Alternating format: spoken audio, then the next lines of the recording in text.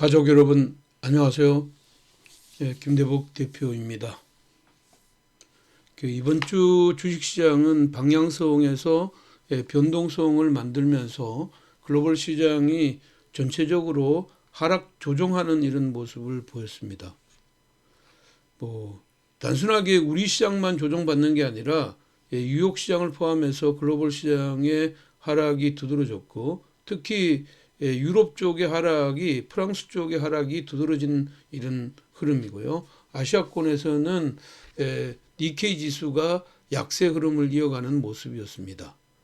주말에 뉴욕 시장이 지금 이제 고용 지표가 나오지는 않았지만 지금 뉴욕 시장 흐름들은 전반적으로 AI 버블 논란이 연속적으로 이어지면서 장중 한때는 나스닥이 2% 가까운 이런 하락을 보이다가 그 종반에 이제 반발 매수가 들어오면서 약보합세, 그리고 다른 지수들은 플러스권 반전에서 마감되는 시장 흐름들을 보였다, 이렇게 보겠습니다. 지금 이제 크게 요동치는 것들은, 기본적인 흐름은 뉴욕 시장 그리고 이제 글로벌 시장에서 AI 버블론이 계속 지속되고 있기 때문이고, 또 이제 연방 정부의 셧다운이 지금 36일, 지금 37일째로 들어가는 장기로 들어가니까 불확실성이 계속 대두되고 있는 이런 상황입니다. 근데 이제 최근에 시장 흐름을 보면 이제 SORF라는 이제 초단기 금리가 지금 현재 급등하는 이런 시장 흐름들이 나오니까 이것을 연준이서 계속 막아주는 이런 시장 흐름이 나오고, 여기에 따른 기본적으로 지금 이제 금융 발작 현상이 이제 채권 시장, 이제 금에서도 나타났고 비트코인에서 나타났고 주식시장에서 나타났다, 이렇게 봅니다. 특히 우리나라 같은 경우에는 달러 인덱스가 100달러로 넘어가면서 지금 이제 이쪽 한국 시장으로 들어왔던 자금들이 빠져나가고, 이머징 마켓에서의 자금이 빠져나갈 때 한국을 먼저 빼고 난 뒤에 움직이는 이런 시장 흐름이라서 우리의 충격 파장이 조금 있었다, 이렇게 보겠습니다. 그래서 우리 시장도 자세히 보시면 실질적으로는 지난 9월 이후에 21선을 한 번도 테스트하지 않았댔는데, 이번 주에는 21선을 두 번이나 테스트하는 이런 시장 흐름들이 나왔고, 결국은 7개월 만에 사이드카까지 발동이 됐는데 시장은 아직까지 안정을 찾지 않았습니다. 그렇지만 오늘도 영상 끝까지 잘 청취하신다면 다음 주에 좋은 결과 여러분들 만들어낼 거다, 이렇게 보겠습니다. 자, 그러면 주간 등락률 한번 보도록 하겠습니다. 코스피 시장이 3.7%, 코스닥이 2.7% 내렸습니다. 프랑스가 6.5를 내렸고, 지금 이제 일본이 4.1, 나스닥이 3%가 내렸다면, 지난주까지 글로벌 시장이 쭉 오다가 지금 이번 주에는 가격 조율을 보인 이런 흐름입니다. 특히 이제 중국이나 홍콩만 강보합돼서 마감이 됐다, 이렇게 볼 수가 있겠고요. 다음 주에 있을 경제 지표들 보면 지금 이제 소비자 물가 지수가 나오는 달입니다. 이게 이제 발표될지는 아닌지 모르겠는데, 정부가 셧다운 구간이니까 예정은 13일 날에 소비자 물가 지수가 발표가 예정이 됐고, 14일 날에 생산자 물가와 소매 판매가 예정이 되어 있습니다. 중국은 이제 광군제 행사가 이루어지고 있고요. 우리나라 같은 경우에는 지금 수능 시험이 13일 날에 있고, 지금 미국에는 또 이제 기관 투자자들의 13F, 그러니까 지난 분기에 지금 현재 보유 물량, 그러니까 기관들의 보유 현황들이 발표되는 이런 상황이라서 등락은 조금 심할 거다, 이렇게 보겠습니다. 자, 이런 것들을 모두 감안하면 이번 주 시장 흐름에서는 한 주간 가격 조율을 받았잖아요. 그래서 지금 이제 가장 한 것은, 이제 가장 부담을 느끼는 것은, 우리나라 입장에서는 달러 인덱스가 100레벨대에서 더 올라가는 시장 흐름이 나오게 되면 자금 이탈은 조금 더 빠져나올 수도 있다, 이렇게 봐야 되고요. 근데 이제 이게 만약 97, 96으로 내려오면 주가는 다시 방향성을 잡을 개연성이 높다 이렇게 보입니다. 그 마이클 버리가 그 지금 이제 팔란티어하고 엔비디아에게 숏 포지션을 취하면서 버블 논란이 진행되고 있지만 사실은 그 여러 이제 그 빅테크들의 CEO가 나와서 이야기하는 걸 보면 아직까지는 빅테크가 아니다 이렇게 저는 생각하고 있고, 이것은 객관적으로는 11월 18일 날인가요? 엔비디아의 실적 발표가 나올 때 엔비디아라는 게 실적의 성장률을 아주 서프라이즈하게 끌어들인다면 이런 이야기는 쑥 들어갈 거다 이렇게 보이고요. 만약에 엔비디아마저도 엔비디아가 실적을 부진하게 내거나 시장의 컨센서스가 좋게 나오지 않으면 그때는 시장 흐름들은 가격 조율이 나올 수가 있다 이렇게 봅니다. 저는 이제 큰 그림에서는 짧게는 지금 이제 이번 주에 저점이 만들어지고 긴다 하더라도 그 11월 두 번째 주에서 가격의 변화가 일어날 것 같아 이렇게 생각이 되기 때문에 적극적인 시장 공략을 해줘도 무방하다 이렇게 보겠고요. 지금은 그 시장 흐름들을 어떻게 보느냐 그렇게 보면 그 AI가 지금 지속되고 있는 상황에서는 저는 AI의 어떤 밸류 체인들 뭐 반도체라든가 그리고 에너지 저장 장치라든가 이런 것들 에너지를 지금 현재 전달하는 지금 이제 전력 기기 관련주들이나 뭐 이런 쪽의 시장 흐름들이 여전히 이어지고, AI에 꽃을 피운다는 것은 뭐 로봇이나 AI 의료의 이런 흐름들이 이번 주의 상승을 이끌어 갈 거다 이렇게 봐서요. 첫 번째 종목은 지금 이제 기관 수급하고 외국인 수급이 조금 들어오는 LG 에너지 솔루션을 잡아봤고요.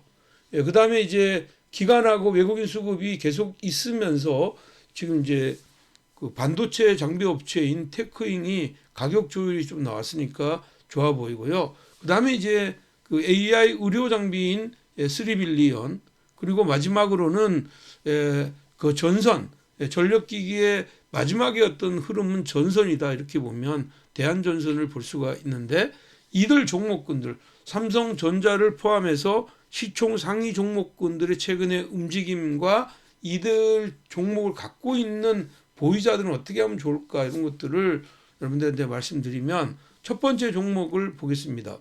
첫 번째 종목은요, 일단 먼저 종목을 보기 전에 우리나라의 지수의 입장 흐름들을 한번 볼게요. 우리나라 종합주가지수의 움직임을 보면 21선을 이렇게, 이게 21선인데 21선을 그 돌파하고 난 뒤에 가격 조일 나오고 발산했다가 이제 첫 번째로 이격 조일 나오고 반등했다가 다시 밀었잖아요. 그러니까 저는 이 저점을 안 깨고 쌍바닥을 만드는데, 쌍바닥을 만든다면 문제는 4226을 돌파할 때 N자형 파동이 나오는 거죠.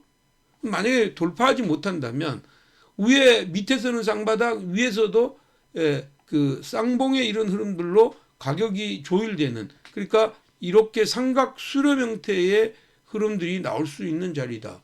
물론 저는 이렇게 떨어져서 이렇게 올라올 수는 있어도 이렇게 떨어진 다음에 반등했다가 다시 떨어지는 건 저는 아니라고 보고요. 오히려 지금은 이렇게 올라오거나 아니면 이렇게 오르다가 밀어가지고 다시 공략하는 요 흐름이 예상되는 이런 시점이다 이렇게 보기 때문에 조정시 매수 관점은 다음 주에도 유효하다 이렇게 말씀드리겠고요.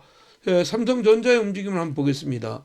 삼성전자는 여기 보면 그냥 그 9월 달부터 아주 강력한 상승을 하고 나서 가격 조율 올라와서 1차 가격 조정에 21선을 지수는 안 깼는데 얘는 21선을 깨고 내려왔죠. 그래서 뭐 설사 올라오더라도 얘는 다시 쌍바닥을 확인할 가능성이 많고, 상단의 변곡은 1차적으로는 10만 5천 원이 될 거다 이렇게 봅니다. 10만 5천 원 갔다가 9만 7,500원을 깨지 않고 만약에 돌아서면 이렇게 N자형 파동을 연장할 것이고, 만약에 그 흐름들이 외국인 수급이 들어오면 여기에 어떤 11만 3천 원을 테스트하는 장이 예상된다. 그렇게 보고 있고요. 두 번째 종목은요. SK 하이닉스이고요. 뭐 지금 하이닉스 같은 경우에는 대표적으로 가격 조율이 나왔는데 21선을 지켜주는 모양이고요. 종합 주가지수 코스피보다도 더 탄력적인 모습이죠. 그렇기 때문에 저점을 훼손하지 않고 저는 이렇게 여기를 처음으로 돌파하는 자리가 나올 거고, 여기를 돌파하면 쌍봉 맞는 것보다 앞으로 뻗어갈 가능성이 많다. 저는 그렇게 보고 있습니다. 자, 세 번째 종목은 현대차이고요. 현대차는 연속으로 밀었습니다. 현대차도 연속으로 밀었으니 가격적인 지금 이제 메리트는 있다고 보입니다. 그래서 주초에 만약에 이 흐름이 위로 올라간다면 27만 5천 원 전후에서 저항이 예상이 되고, 여기서 아래로 다시 내려와서 쌍바닥을 찍으면 저는 30만 원까지 열어두는 전략 필요하다, 이렇게 말씀드리겠고요.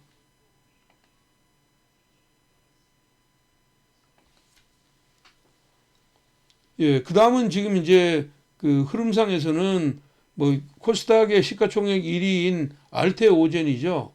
그 알테오젠 같은 경우에는 그 보시는 것처럼 이제 금요일 날에 이렇게 떨어졌거든요. 여기에서 이렇게 N자형 상승을 하고 돌아왔으니까 에너지가 들어오면 바로 올라올 수가 있다, 이렇게 보이고요. 저는 그 52만 원에서 50만 원 사이에서는 적극적으로 매수하고 1차 56만 3천 원 여기를 못 놓으면 짧게 챙겨가는 전략 유효하다, 이렇게 말씀드리겠고요. 그리고 이제 그 지금 이제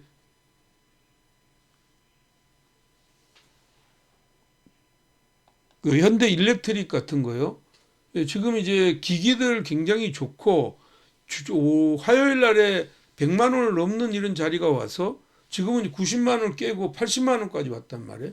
고점에서 약 한 20%가 내려왔는데 반등의 흐름은 아닙니다. 그렇지만 이건 21선을 테스트하고 위로의 변화가 나올 것 같고요. 뭐 상단의 변화가 나오게 된다면 1차적으로는 91만 원 전후까지 열어두고 2차적으로는 100만 원 안착 여부를 체크해 주는 전략 유효하다. 마지막으로는 그 LG 에너지 솔루션입니다.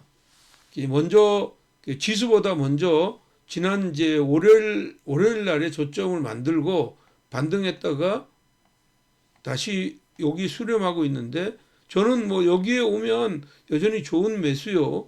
이 종목을 그 위로의 변화가 나오려면 결국은 LG 엔솔은 50만 원을 돌파해서 안착하는지가 중요한 역할을 할 것 같다, 이렇게 보면.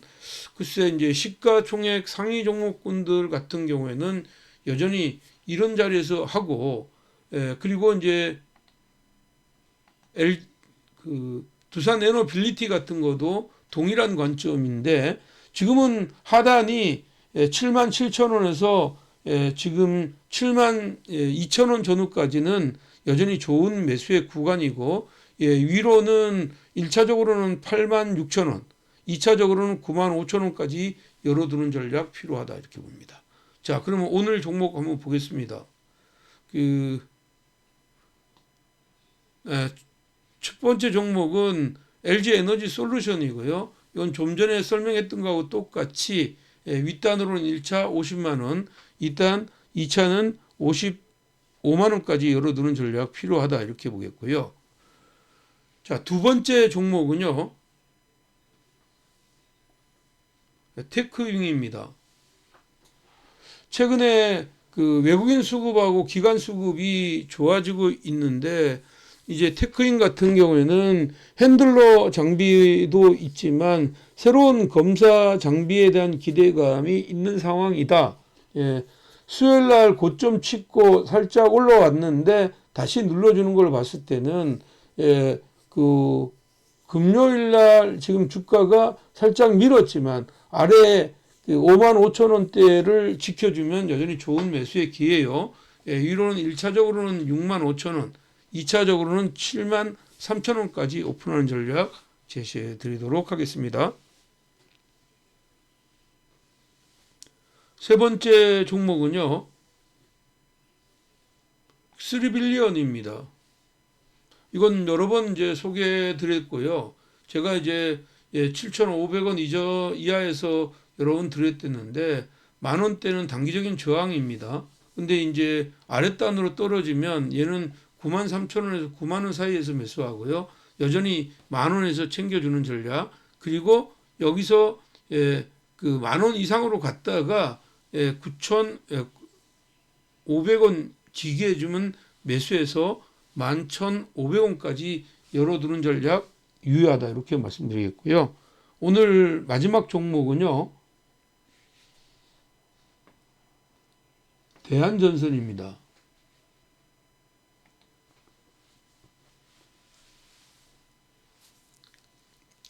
주가가 이제 지난 10월 말에 아주 급하게 오른 다음에 11월 초에 가격 조율이 나왔는데, 역시 어제도 23,000원대에서는 매수가 일었거든요. 그러면 얘는 주초에 만약에 오르면 따라가지 마시고 24,500원에서 23,500원 사이, 이 사이에서 매수하고 1차적으로는 26,500원, 2차적으로는 29,000원까지 열어두는 전략 제시해 드리도록 하겠습니다.